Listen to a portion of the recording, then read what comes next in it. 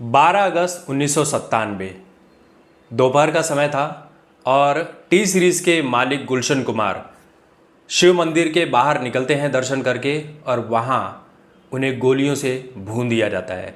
मदद मांगने के लिए वो आसपास के घरों में जाते हैं, लेकिन घर के दरवाजे बंद कर दिए जाते हैं। उनका ड्राइवर जो उन्हें बचाने के लिए आता है उसको भी गोलियां मार दी जाती है और उनके भीतर थोड़ी सांसें रह गई थी। अगर आसपास के लोग शायद मदद करते, लेकिन कैसे करते, जहाँ गोलियां चल रही वहाँ कोई कैसे मदद कर सकता है। तो उनको गोली मार दी गई, उनकी हत्या कर दी गई। उनसे फिरौती मांगी जा रही थी, भाई रंगदारी मांगी जा रही थी उस टाइम पर, कुछ करोड़ों रुपए की, 10 करोड़ रुपए की।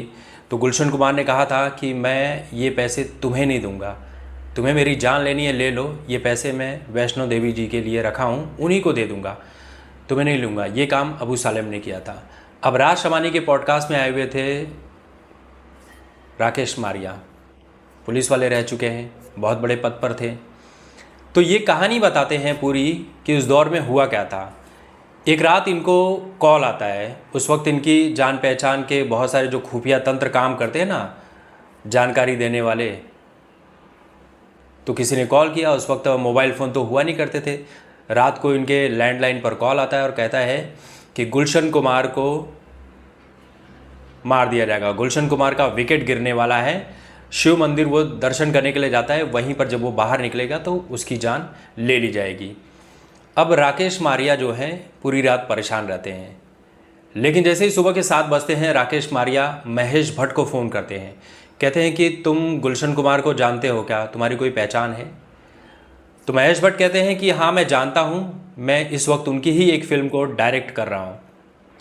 तो राकेश मारिया कहते हैं कि गुलशन कुमार को ये कह दो कि वो अपने घर से बाहर शिव मंदिर दर्शन करने के लिए बिल्कुल भी ना निकले, उनकी जान को खतरा है, ये सूचना हमें मिली है। अब महेश भट्ट ने उस वक्त हो सकता है गुलशन कुमार को ये बातें बताई हो। फिर राकेश मारिया अपनी टीम के साथ चर्चा करते हैं, सरकार से चर्चा करते हैं, जो उस वक्त महाराष्ट्र में सरकार थी, और इनको पुलिस की सिक्योरिटी दी जाती है। ये घटना जब इन्हें सूचना मिली थी, ये कुछ 2 महीने पहले की थी। 2 महीने तक पुलिस इनके साथ रहती है और फिर उसके बाद 12 अगस्त 1997 को गुलशन कुमार की गोली मारकर हत्या कर दी जाती है। राकेश मारिया तब जब ये खबर पहुंचती है तो वो भी शॉक हो जाते हैं कि मुंबई पुलिस की सिक्योरिटी होने के बावजूद भी उन्हें कैसे गोली मार दी गई। बाद में पता चलता है कि उनका एक ऑफिस नोएडा में भी था और उस वक्त मुंबई पुलिस नहीं बल्कि यूपी पुलिस जो थी उनको सिक्योरिटी दे रही थी, और इस वक्त उन्होंने किसी काम के चलते उन सभी पुलिस वालों ने छुट्टियाँ मांगी थी और उन सबको छुट्टी दे भी दी थी कि हाँ भाई तुम जाओ घर पर। उसके बाद उन्हें गोली मार दी गई। आप सोचिए कि कैसे एक व्यक्ति, कहते हैं राकेश मारिया कि 2 महीने पहले थी तो गुलशन कुमार को भी लगा कि अब हो गया, अब कोई कहाँ ही गोली मारेगा, तो माहौल ढीला पड़ गया था।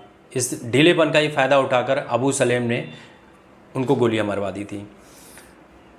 आज टी सीरीज़ बहुत बड़ी कंपनी है, देवी देवताओं के गीत बनाने के लिए जानी जाती है, और इन्हीं देवी देवताओं के गीत बनाए जाने के लिए भी जो डी गैंग था ना, ये पसंद नहीं करता था। ये नहीं चाहता था कि बॉलीवुड में सनातन का अस्तित्व जो है, प्रभाव जो है वो बढ़े। जो हमारा अस्तित्व है, जो हमारा प्रभाव है, वही बढ़ना चाहिए। तो गुलशन कुमार को रास्ते से हटाना ही पड़ेगा, और उन्होंने गुलशन कुमार को रास्ते से हटा दिया।